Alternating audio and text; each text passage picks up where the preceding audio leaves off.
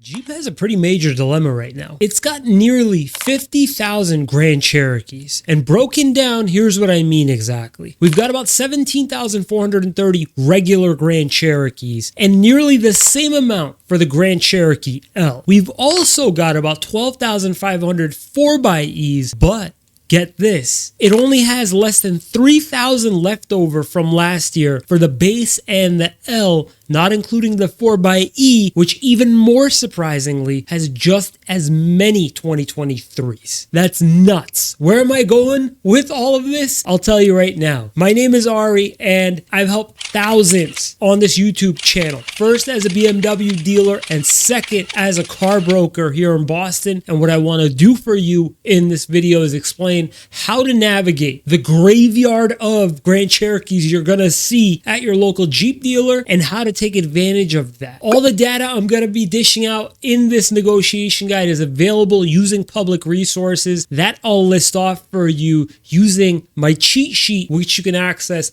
by clicking here or the link in the description below. Let's dive in, shall we? So first of all, right now, my local dealer is offering something like 13% off in total on any remaining gas model 2023s. And it really seems like all the effort is being dedicated to moving these 2023s off of the lots before Jeep does anything on the 2024. But let's talk a little bit about the select inventory bonus cash that's available on 2024s in the amount of $3,500. I went on to that favorite local Jeep dealer's website to see if they actually show which of their in-stock Grand Cherokees are being offered with the rebate, and they're not showing it, which leads me to believe, based on a guess, not a guarantee, that Jeep dealers are able to apply this to anything that's been sitting longer than 30 days at their discretion. Again, that's my guess, and I could be completely off. I do want to say, though, if you have your sights set on a 2024, I think targeting 10% off anyway is probably a safe bet. But honestly, because of the extra $3,500 that's out there in their managers' computers, I say target 15% off MSRP on gas models and 10% off on 4xE models. Jeep is offering 6.45% at 60 months and 6.9% at 72. Or you can get a $1,000 rebate on 2024s. Literally terrible help on the 2024s. It's actually worse on the 4xE. And you guys, you get about 3.9% at 36. However, you don't get anything more than that. Another, however, I should say in the coming months, Jeep will probably incentivize the 2024 once all of their 2023 inventory is gone. And I would highly recommend even checking toward the end of the month right now to see if Jeep change their incentives mid-month. You can do this simply by checking their website. So say the following happens.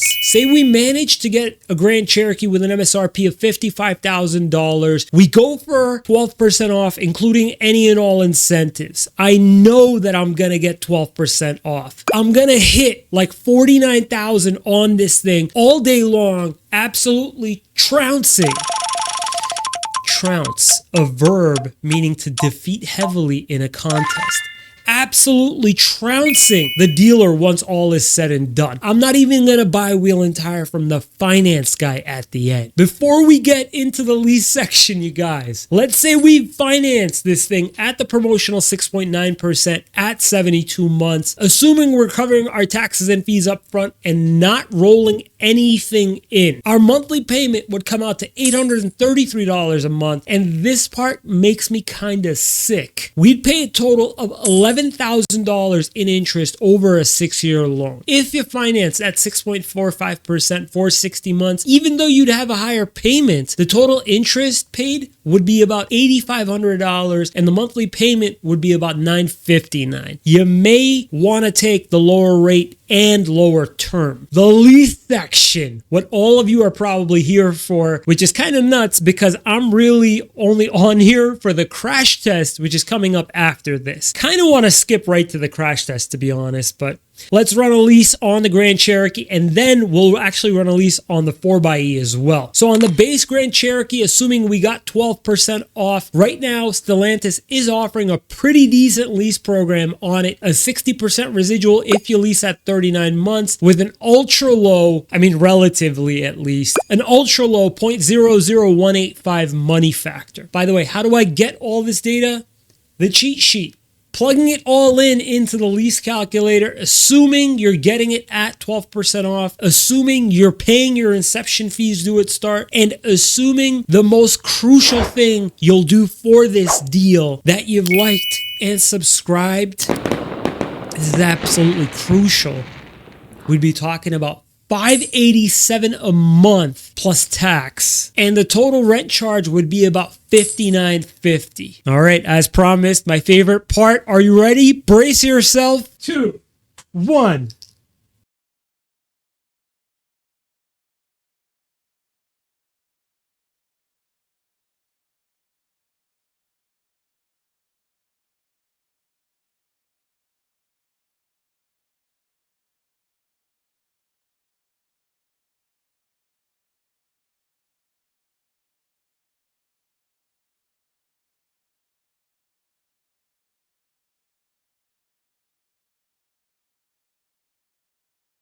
Oh yeah, that's right. We skipped the 4xe lease. Okay, so assuming the same structure as before, but just changing the price, residual, and money factor so that it's reflecting 4xe information. So assuming we've got a $62,255 4xe for 12% off, so $54,784 selling price, a 55% residual at 39 months at 12,000 miles a year, and a 0.00261 money factor. It's really, really bad, you guys. Just kidding. It's actually obnoxiously good. $462 a month. And you guys, I forgot to tell you, if you're a current Jeep customer, you can knock $50 off the payment of the Grand Cherokee's lease because of a loyalty incentive that they've got. This would apply on gas model Grand Cherokees also. InsureViz.com is saying that a 40-year-old driver in America can expect a yearly premium of about $1,900 and $1,600 premium for those 60 and older. Why does Jeep have to be this bad though, man? Consumer Reports gave it a 54 out of 100 with 3 current recalls on it and an expected reliability of a 26 out of 100. Between the crash test and the reliability reading, if it weren't for a tremendous lease program, I'd probably tell you to forget all about this thing altogether. It sucks that many people will overlook these details when deciding on their car. The verdict: lease it 100%. Use my cheat sheet to gather all the data you need, using all the tools I use to make this video, and watch this video to see how a broker like myself would negotiate a deal. Thank you so much for watching,